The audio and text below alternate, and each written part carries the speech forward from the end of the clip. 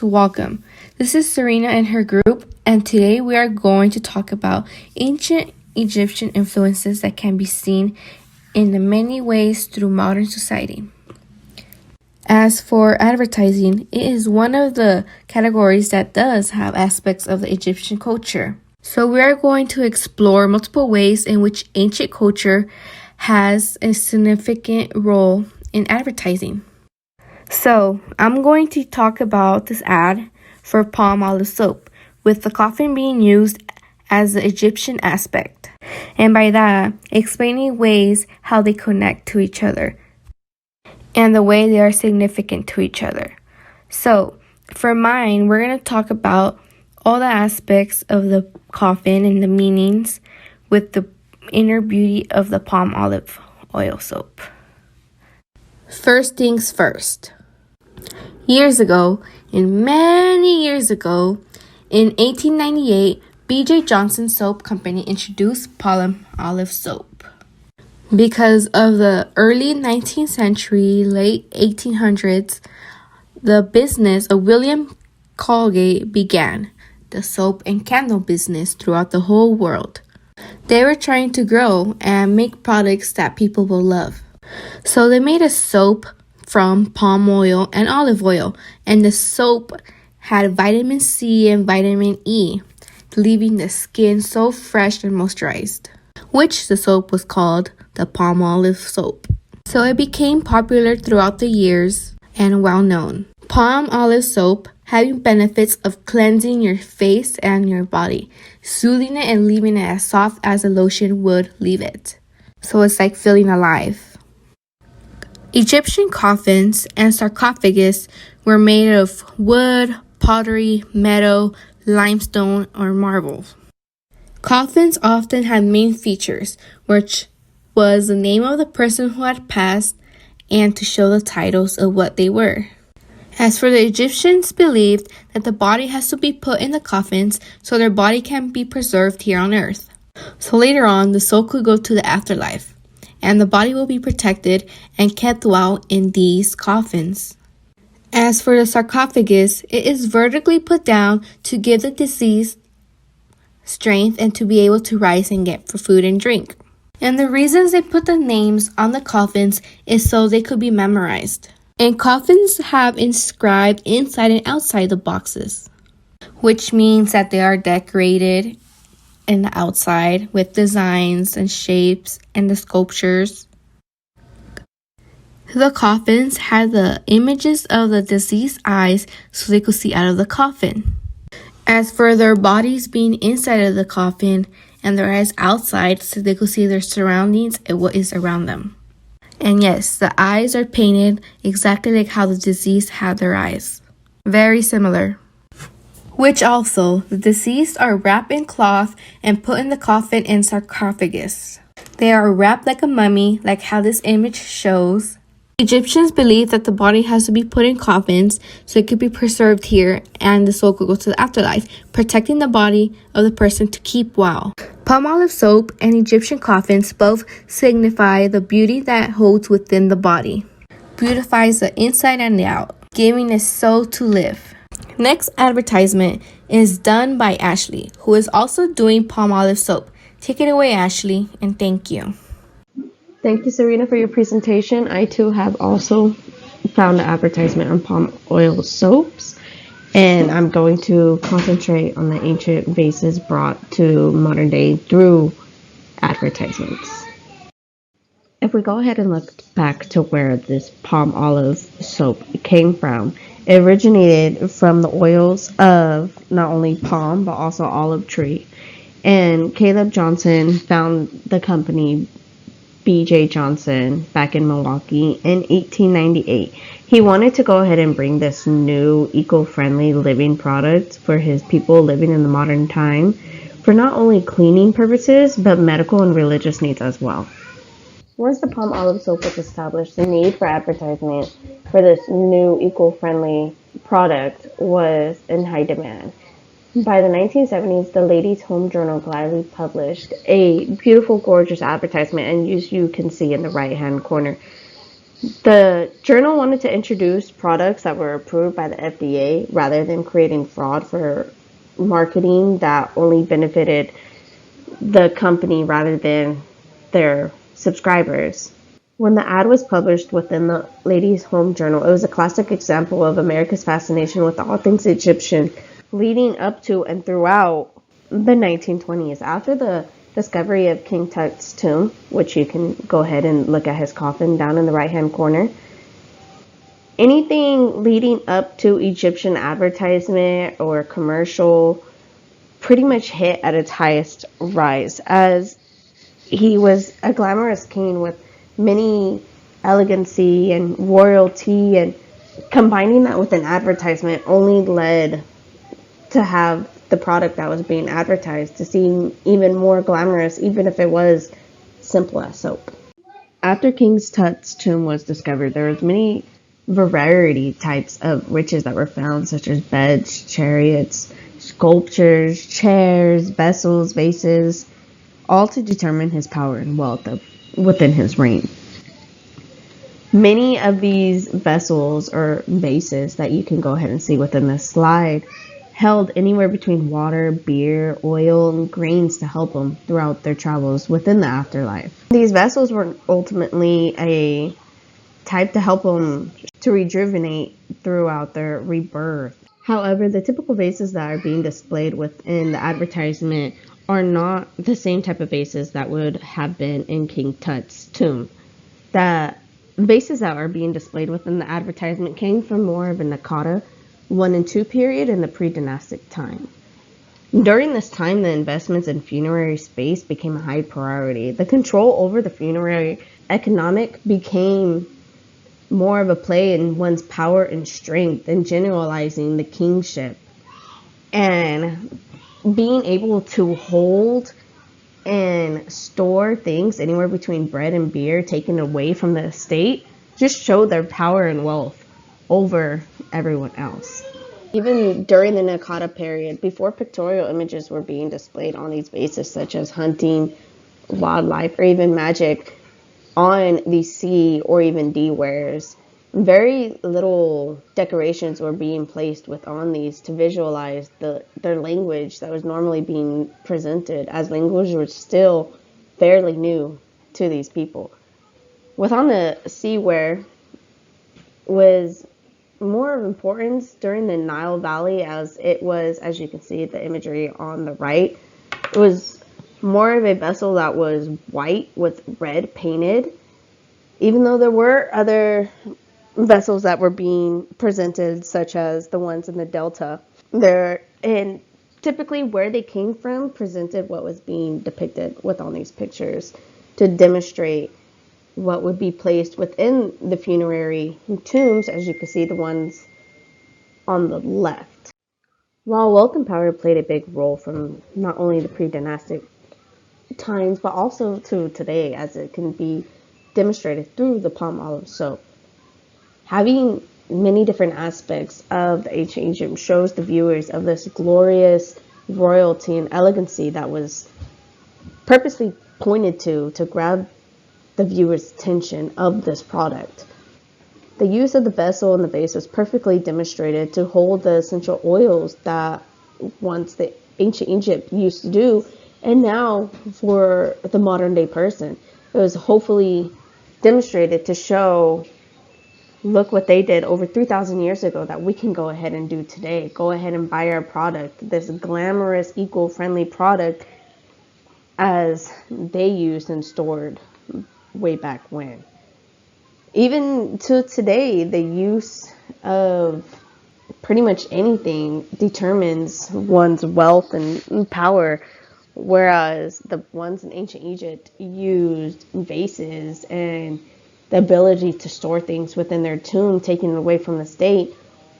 We do that today through social media. We want to show our power. We want to show our wealth. You want to show off everything to display what the ancient Egypt used to do through their monuments and imagery that we're still doing on social media. And it all started with the funerary economic systems and how they displayed their wealth and power.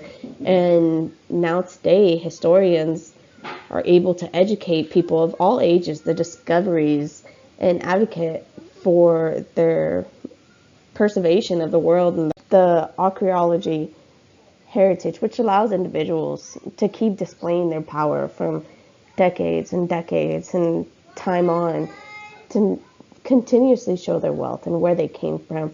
And only using advertisements such as the palm olive one just shows how display of wealth can continuously grab the viewer's attention. My name is Vasilisa, and I will be going over the appearance of the Pyramids of Giza in a print ad for a campaign. The campaign's name is As Big as It Gets, and I will be discussing a few things about it. I will be discussing the real-life Pyramids of Giza, then the campaign, then the inaccuracies between the two, the cultural importance of the pyramids, and lastly, some possible reasons why the pyramids were used for this campaign. The pyramids of Giza are located on the Giza Plateau in Egypt. They were constructed between dynasties 4 through 6 during the Old Kingdom. They are a mix of large cut stone and limestone, and the stones are seen everywhere on the pyramids, and the limestone can be seen on the tip of one of the pyramids. Limestone is choice material for pyramids because of their durability. Egyptian royals prioritize the idea of immortality and remembrance, so it only makes sense that their tombs are made out of material that is sturdy and can last for a very long time.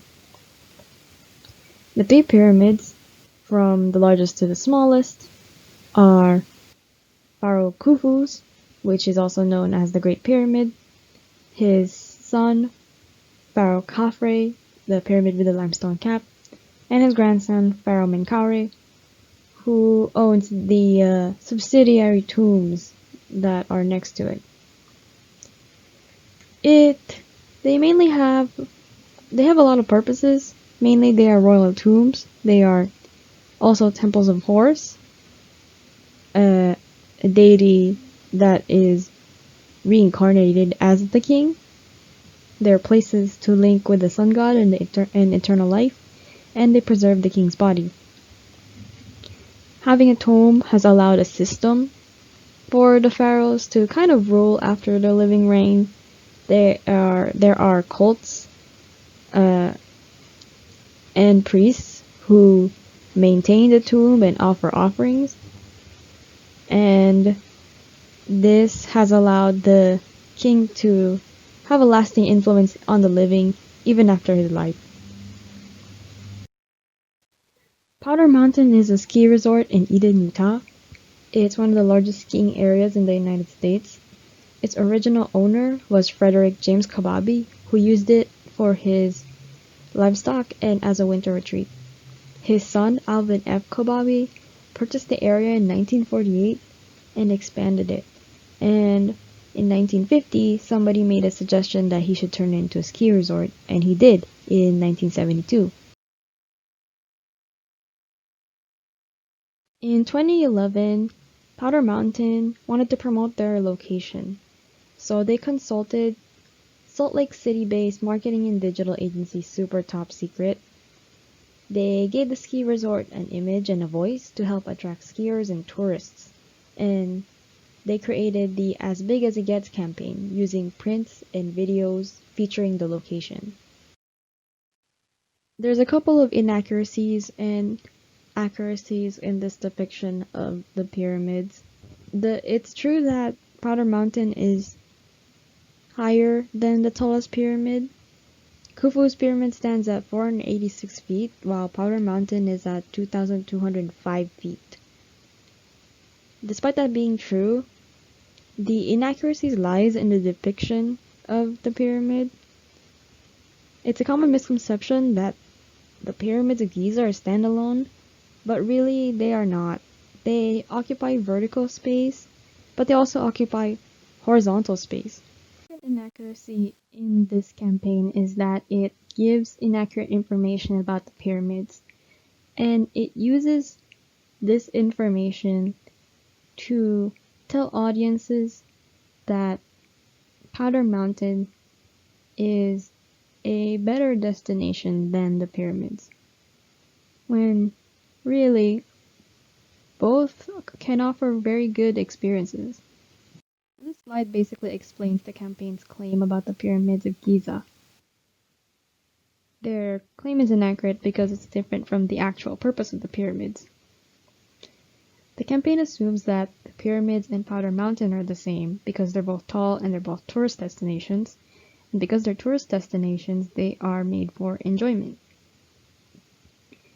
The campaign claims that the pyramids of Giza are lesser than Powder Mountain because it's not as open, it's not as tall as it seems to be, and it's not as grand as.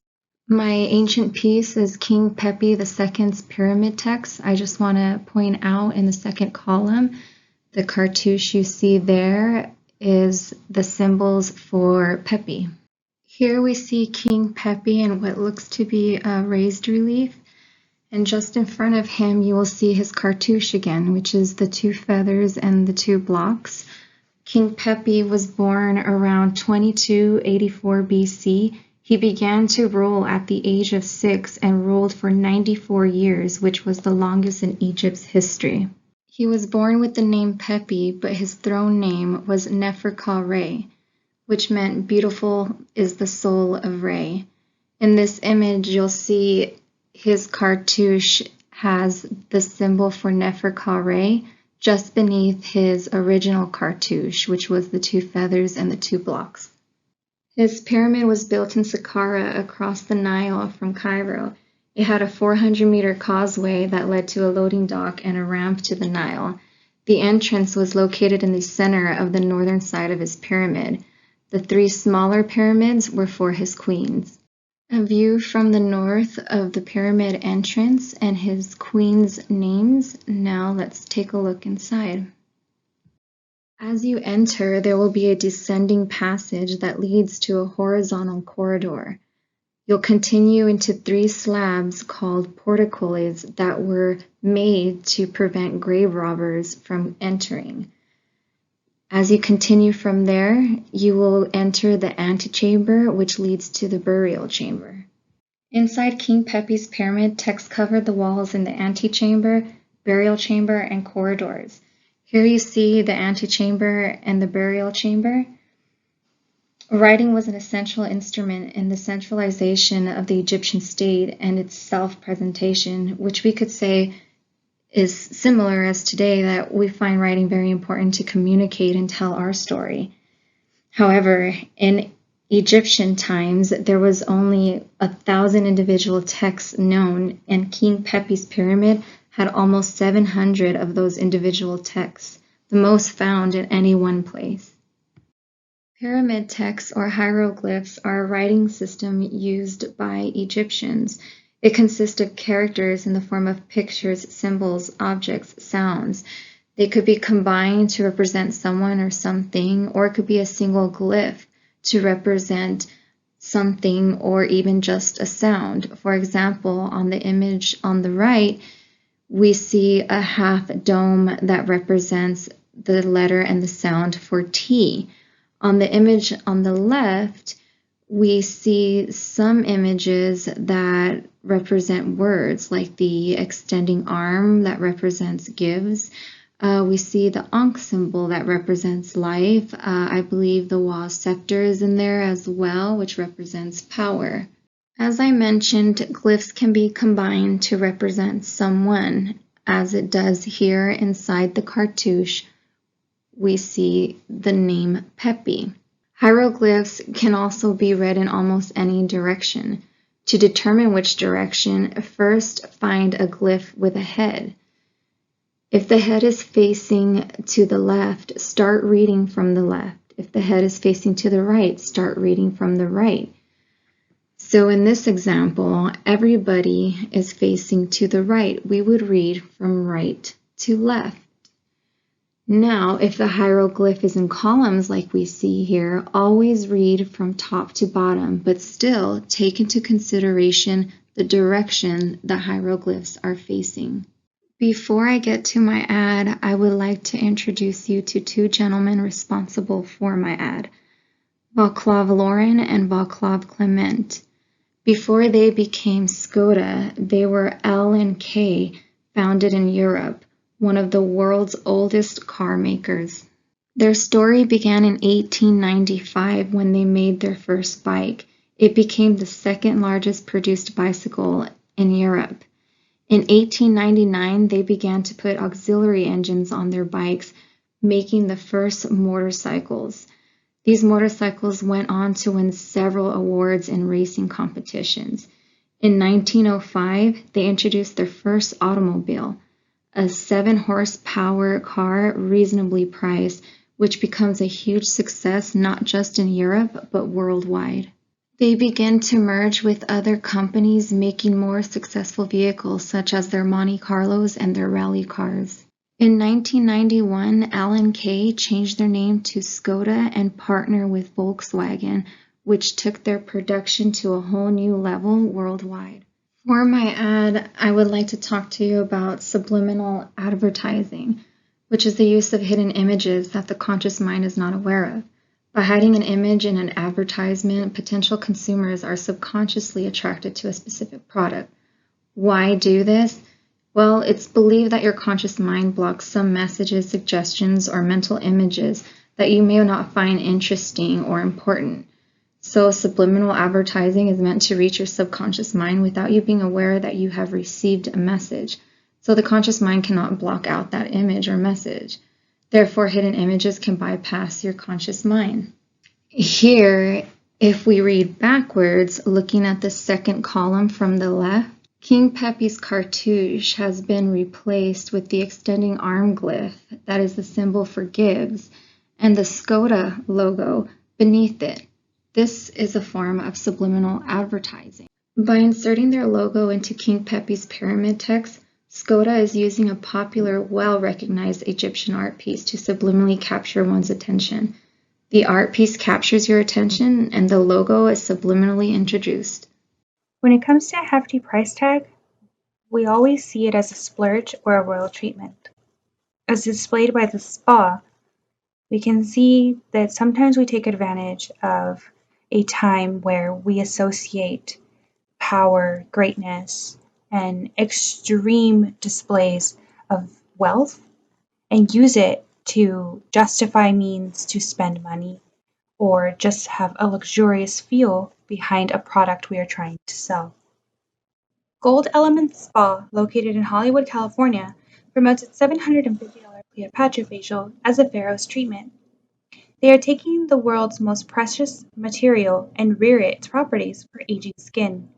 Since it is believed that Queen Cleopatra herself used gold on her skin and on her funerary mask, Gold Elements uses sheets of 24-karat gold that are placed across your skin to preserve your beauty.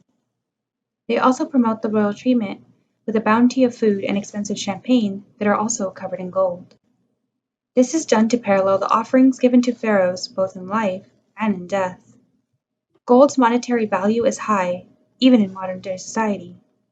Still, for Egypt, more than its material value, gold played a primarily key role in the religious cult as primarily considered the flesh of the gods.